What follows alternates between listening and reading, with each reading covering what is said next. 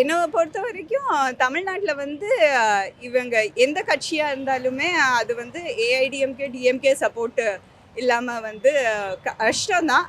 But of late பார்த்தீங்கன்னா, like எல்லாருமே கூட்டணி மாதிரி தான் போறாங்க. லைக் கமல் சாரும் தனியா தான் ஸ்டார்ட் பண்ணாரு. பட் அதுக்கப்புறமாட்டி உங்களுக்கு தெரியும் இப்ப எப்படி நிலைமையில இருக்குது. விஜயகாந்த் சாருமே தனியா ஸ்டார்ட் பண்ணாரு. நல்ல போச்சு. But he had to also follow the footsteps. I mean அந்த 2 கட்சியில இருந்து எதையாவது ஒன்று சூஸ் பண்ற மாதிரி தான் இருந்தது. ஸோ தனிப்பட்ட இது மெஜாரிட்டிங்கிறது வந்து கஷ்டம் தான் சார், எந்த கட்சியா இருந்தாலுமே. ஸோ இந்த 2 கட்சியிலேருந்து எதையாவது ஒரு கட்சியில வந்து கூட்டணி அமைச்சா தான் வர முடியும். நிறைய கட்சிகள் இருக்கிறாங்க. அந்தந்த ஊர்ல ஒவ்வொரு கட்சி வந்து கண்டிப்பா டாப்ல இருப்பாங்க. இப்போ சின்ன கிராமத்துல நீங்க போனீங்கன்னாலும் அந்தந்த கிராமத்துக்குன்னு ஒரு கட்சின்னு அவங்க வச்சிருப்பாங்க. அதை மீறி அவங்க வெளியில போக மாட்டாங்க. அதை உடைச்சி ஒரு புது கட்சி வரணும்னா they have to work really heart. இப்போ விஜயோட அணுகுமுறையை பார்த்து அணுகுமுறையில் உங்களுடைய பார்வை, விஜயோட அணுகுமுறை இப்போ மாநாடு நடத்தினாரு, அடுத்தடுத்த நகர்வுகள்லாம் ரொம்ப அழுத்தமாக பண்ணிட்டு இருக்காங்க.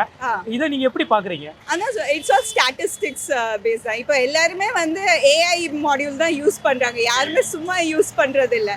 ஸோ கண்டிப்பாக அவர் பேஸ் ஒர்க் பண்ணிட்டு தான் இருக்கிறாரு. பட் அதோட ரிட்டர்ன்ஸ் எப்படி வந்து மக்கள் கொடுக்குறாங்க அண்ட் அவர் அதுக்கு என்ன ரிட்டர்ன்ஸ் கொடுக்குறாங்க, அது டிபெண்ட்ஸ் அப்பான் டைம்.